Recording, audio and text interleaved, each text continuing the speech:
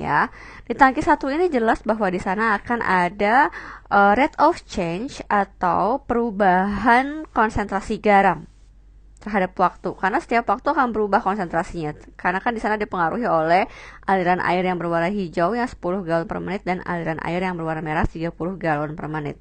Ya, di tangki 1 saya misalkan yang berubah adalah konsentrasi garam untuk X.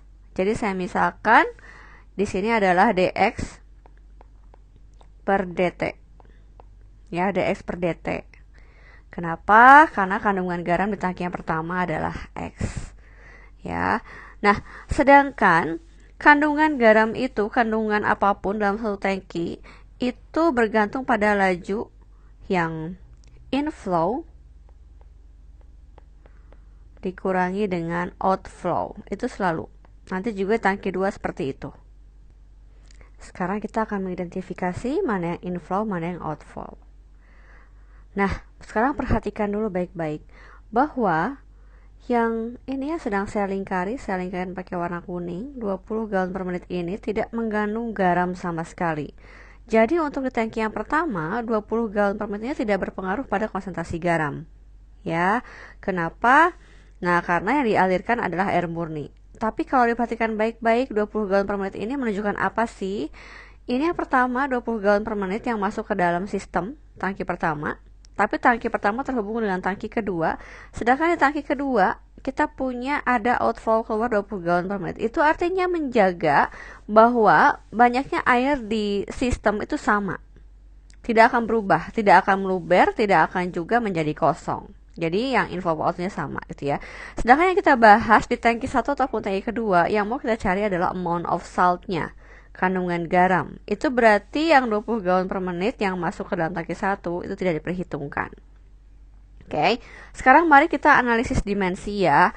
Kalau saya misalkan tadi X-nya adalah amount of saltnya dalam pound atau LB, maka dx per dt kita punya satuannya LB per dt. dt dalam kita adalah menit. Berarti ini LB per menit. Nah, kalau kiri satuannya LB per menit, maka yang kanan juga harus LB per menit. Oke, sekarang kita identifikasi untuk inflow-nya dulu. Untuk inflow, siapa saja yang masuk ke dalam tangki yang pertama? Oke, tadi saya bilang untuk yang ini, yang 20 galon per menit tidak berpengaruh ya. Yang berpengaruh yang mana? Adalah ini. Yang berwarna hijau. Ya, 10 galon per menit. Itu masuk dari tangki yang kedua. Jadi kita bikin 10 galon per menit. Ya, 10 galon per menit.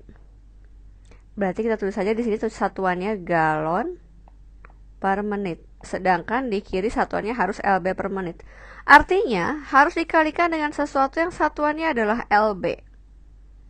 Ya, sedangkan kandungan garam yang 10 galon per menit itu adalah inflow-nya itu berasal dari tangki yang kedua. Sedangkan kandungan garam di tangki kedua adalah sebesar YT. Jadi saya kalikan dengan YT di sini.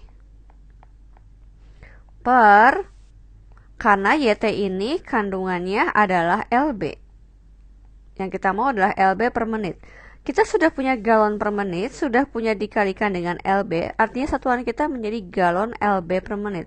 Bagaimana caranya supaya galon ini hilang? Maka harus dibagi dengan sesuatu yang koefisiennya sesuatu yang satuannya adalah galon. Sedangkan kita tahu bahwa tangki kedua kandungannya adalah 200 galon. Jadi ini dibagi dengan 200. Dan ini satuannya galon.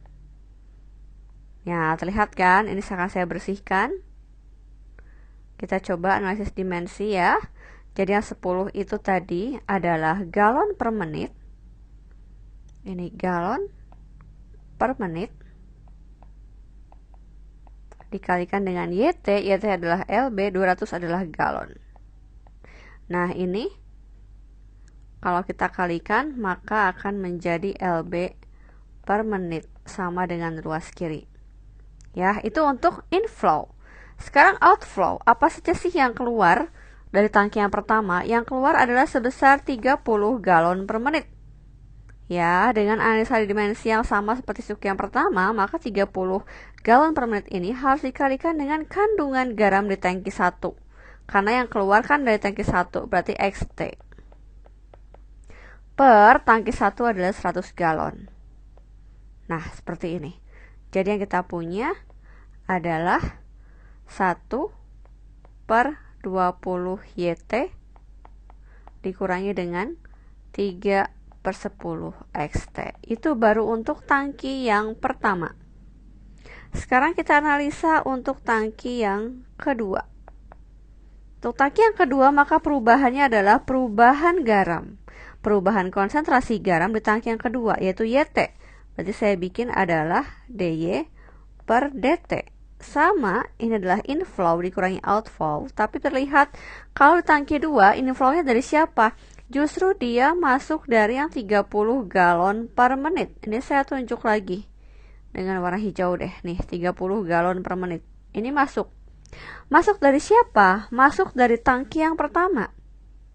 Berarti kalau masuk dari tangki pertama, saya punya 30 galon per menit. Tangki pertama konsentrasinya adalah XT dan kandungan airnya sebanyak 100 galon. Oke, dikurangi outflow. Outflow-nya yang mana? Yang keluar dari tangki 2 adalah ini. Yang 10 galon per menit. Ya, jadi dikurangi dengan 10. Tangki kedua, outflow, kandungan garamnya adalah YT. Dan besarnya galon, besar kandungan air adalah 200 galon.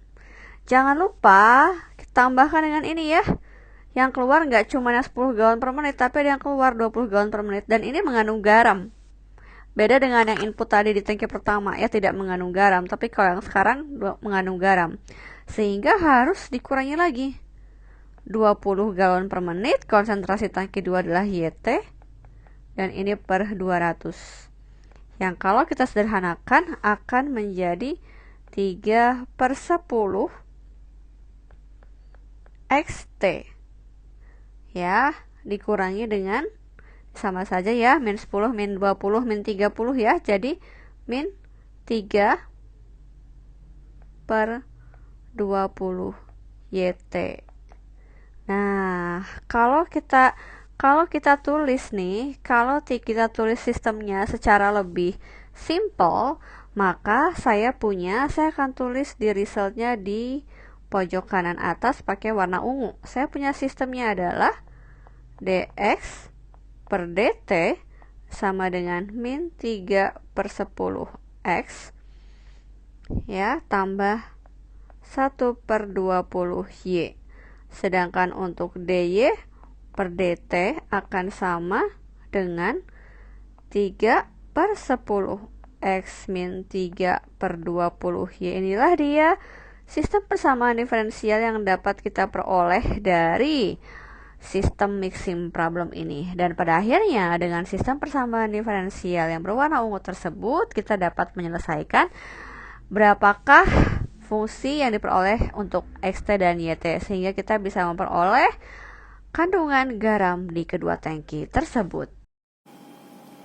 Terima kasih sudah menyaksikan video saya. Mudah-mudahan video saya ini dapat membantu Anda untuk memahami materi persamaan diferensial.